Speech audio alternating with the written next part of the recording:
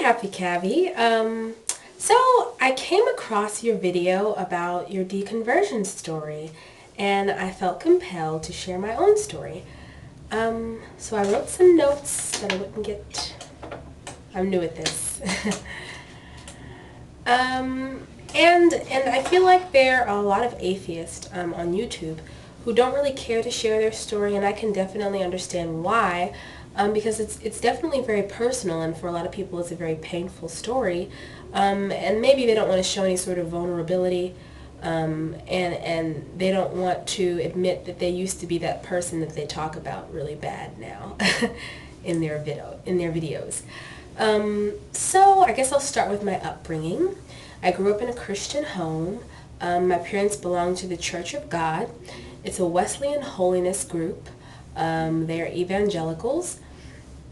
And basically it's a very inflexible set of beliefs, much like other denominations within the Christian faith. But at the time, it was the only thing I knew. So I grew up in church. I went to church every Sunday and Wednesday, and it was an integral part of my life. But when I was young, I didn't really understand what was going on. As you get older, you can kind of understand what's expected of you. But when you're young, you just want to please your parents, so you just kind of go along with whatever is happening.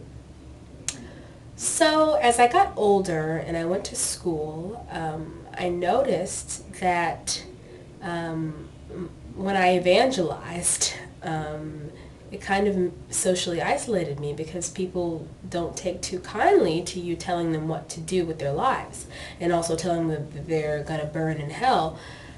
So that didn't go over so well for me. But when I was about 14, I decided I wanted to accept Jesus Christ as my Lord and Savior. And from there, I was really devout, and I was serious, and I read my Bible more, and I prayed, and I did all the good things that a believer should do.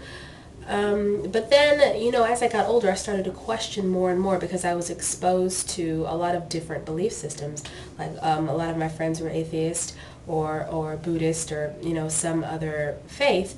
And I was thinking, how can I think that my good friends are going to go to hell because they believe differently than me? And how do I know that I'm right and Jesus Christ is the only way, the truth, and the life? So I started to question all these different things. And I also noticed that my behavior was isolating me and people didn't like to be around me. So a combination of those things really made me start to question why I was doing this in the first place. And at some point I decided, I don't believe this anymore. I remember one day, I think I was sitting in church and I was listening to the lecture. I called it a lecture. I was listening to the sermon and I was like, this is really dumb. Like, it's a load of crap. It's not real.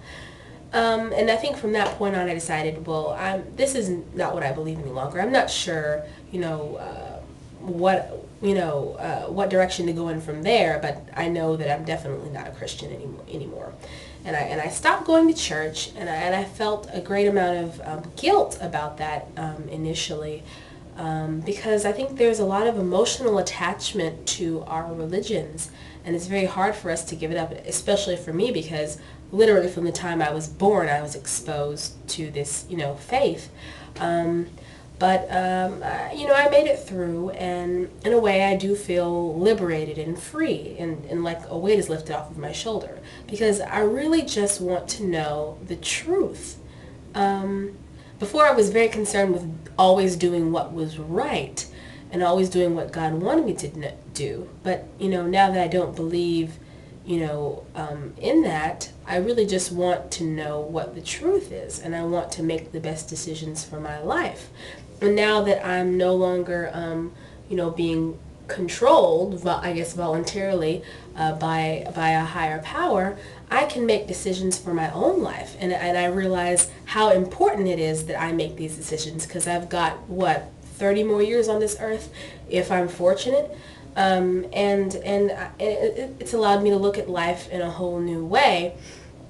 But there are a lot of downsides to this whole thing because it's difficult when you're black and you're not a Christian, because it's so intertwined kind of in our culture that being black and not being a Christian is like, what, it's like social suicide if you tell people that, especially if you tell them that you're an atheist, which I haven't really, well, I'll talk about that later. And currently I'm not really sure what I believe. I'm kind of searching. I know that I don't believe in the God of the Bible. That's for sure. But I don't think I can call myself an atheist, because some days I wake up and I'm like, it's just us. We're here alone, and we've got to do what we can with the time that we have. And then some days I'm like, well, what if there is, and I don't know if that's just remnants of, that emotional, psychological attachment, or if it's something that is really there. But I definitely want to keep myself open, and I don't want to say no to anything too quickly, and I just want to, before I make any kind of decision, explore and search. And that's why I've been going to a Unitarian Universalist church lately, to kind of just test out this whole liberal religious situation and kind of see if that's something that I like. And I think the reason why I'm a bit unsure of what I believe is because there's so much for me to learn, so many good books for me to read, and so many people for me to talk to who've already kind of been through this. So it's kind of exciting looking at the future for me. And let me see. Yeah, so I hope that this helps somebody else. I hope that somebody else watches this.